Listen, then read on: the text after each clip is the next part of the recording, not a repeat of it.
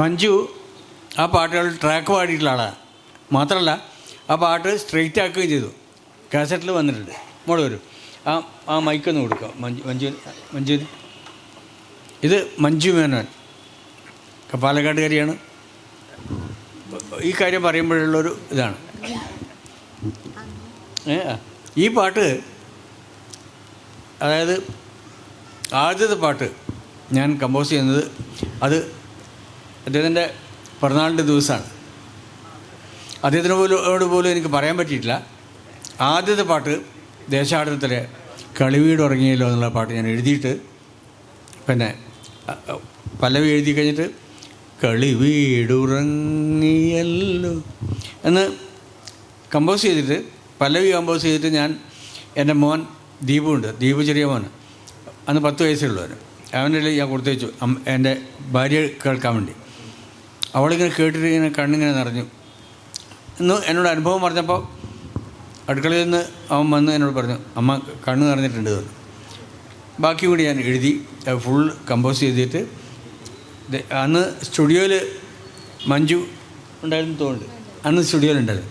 അപ്പോൾ ഞാൻ ഇത് ചെറിയൊരു ടേപ്പ് റെക്കോർഡിലെടുത്തു.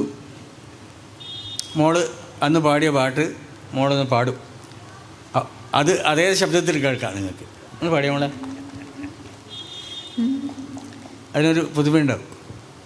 കളിവീടുറങ്ങിയല്ലോ, കളിവാക്കുറങ്ങിയല്ലോ, ഒരു നോക്കു കാണുവാനിൻ ആത്മാവു തേങ്ങുന്നല്ലോ, തഴുകുന്ന തിരമാലകളെ, ചിരിക്കുന്ന പൂക്കളെ, തഴുകുന്ന തിരമാലകളെ, ചിരിക്കുന്ന പൂക്കളെ, അറിയില്ല നിങ്ങൾക്കെന്തേ അടങ്ങാത്ത ജന്മദുഃഖം, കളിവീടുറങ്ങിയല്ലോ.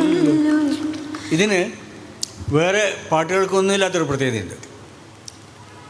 ഇതിൻ്റെ അനുപല്ലവിക്ക് തൊട്ട് മുമ്പെയാണ് ഹമ്മിങ് വരുന്നത്. സാധാരണ എപ്പോഴും പാട്ടിൻ്റെ തുടക്കത്തിലാണ് വരുന്നത്. പക്ഷേ അതിൻ്റെ വികാരത്തിൻ്റെ ഒരു വേലിയേറ്റത്തിന് വേണ്ടി ഞാൻ ഹമ്മിങ്ങിന് തൊട്ടാണ് വെച്ചത്. അത് പാടിയ മോളെ.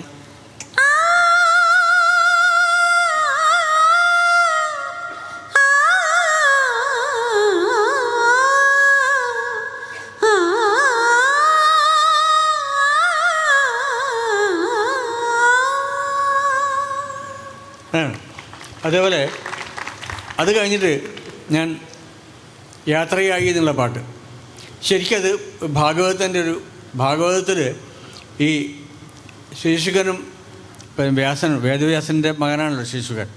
അപ്പോൾ ഭാഗവതത്തിലൊരു ശ്ലോകമുണ്ട്. ആ ശ്ലോകം ഞാൻ കൂടുതൽ പഠിക്കാനിടയായത് ഗുരുസാഗർ എന്ന് പറഞ്ഞ ഇദ്ദേഹത്തിൻ്റെ, നമ്മുടെ പിന്നെ വിജയൻ്റെ അത് പ്രൂഫ് വായിക്കച്ച ഞാനായിരുന്നു. വൈശാഖ സാറിൻ്റെയൊക്കെ കഥകൾ ഞാൻ പ്രൂഫ് വായിച്ചിട്ടുണ്ട് മാതൃഭൂമിയിൽ. അത്ഭുതകരമായിട്ടുള്ള കാര്യങ്ങളാണ്. അപ്പോൾ ഇവരായിട്ടൊക്കെ എനിക്ക് ബന്ധമുണ്ട്. അപ്പോൾ അതിൽ ഈ ഗുരുസാഗരത്തിലൊരു പറയുന്നുണ്ട്, പിന്നെ യം പ്രപുരജന്തം അനുവേദം അഭേദകൃത്യം ദ്വൈപായനോ വിരഹകാതര ആദിഭാവാണ്. അപ്പോൾ വിരഹകാതര മോനെ എന്ന് വിളിച്ചു പോയതാണ്. എല്ലാം അറിയുന്ന വ്യാസൻ ഒരു കുട്ടി വീട് വിട്ട് ഇറങ്ങി പോകുമ്പോൾ മോനെ എന്ന് വിളിച്ചു പോയി. അപ്പോൾ ആ കുട്ടിയല്ല തിരിച്ച് സംസാരിച്ചത് ഇലകളായിരുന്നു എന്നാണ്. അതാണ് ആ ഓർമ്മയിലാണ് ഞാൻ വാസ്തവത്തിൽ ഈ പാട്ടുണ്ടാക്കിയത്. യാത്രയായിരുന്നല്ലോ പാട്ട്. ഒന്ന് പാടിയ മോളെ.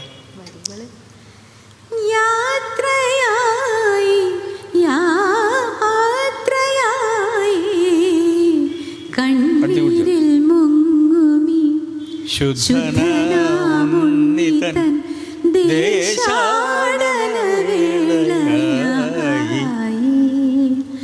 അനുഗ്രഹിക്കൂ അമ്മേ, അനുഗ്രഹിക്കൂ, അനുവദിക്കൂ, പോവാൻ അനുവദിക്കൂ. ഇതും അതുപോലെ എൻ്റെ ഭാര്യയെ ഞാൻ കേൾപ്പിച്ചു. അവൾ നല്ലൊരു ശ്രോതാവാണ്. അവളെ ഹൃദയപൂർവ്വം എന്നെ വിളിച്ചു അടുക്കളയിൽ നിന്ന്. ഗംഭീരമായിട്ടുണ്ട് പറഞ്ഞു. അതിന് ചരണം കൂടി എഴുതി ഞാൻ അവളെ വീണ്ടും കേൾപ്പിച്ചിട്ട് ഞാനത് പിന്നെ സ്റ്റുഡിയോയിൽ കൊടുത്തു. ഒരേ ദിവസമാണ് 3 പാട്ടുകൾ റെക്കോർഡ് ചെയ്ത് ട്രാക്ക്. നാവാമുകുന്ദഹരെ അതും മഞ്ജുവും എൻ്റെ മോനും കൂടി കുഞ്ഞുമോനും കൂടി പാടിയത്. ഇപ്പം 40-45 വയസ്സായി, 43 വയസ്സായി. അവന് 10 വയസ്സേ ഉള്ളൂ അന്ന്, അതായത് 33 കൊല്ലം മുമ്പ്.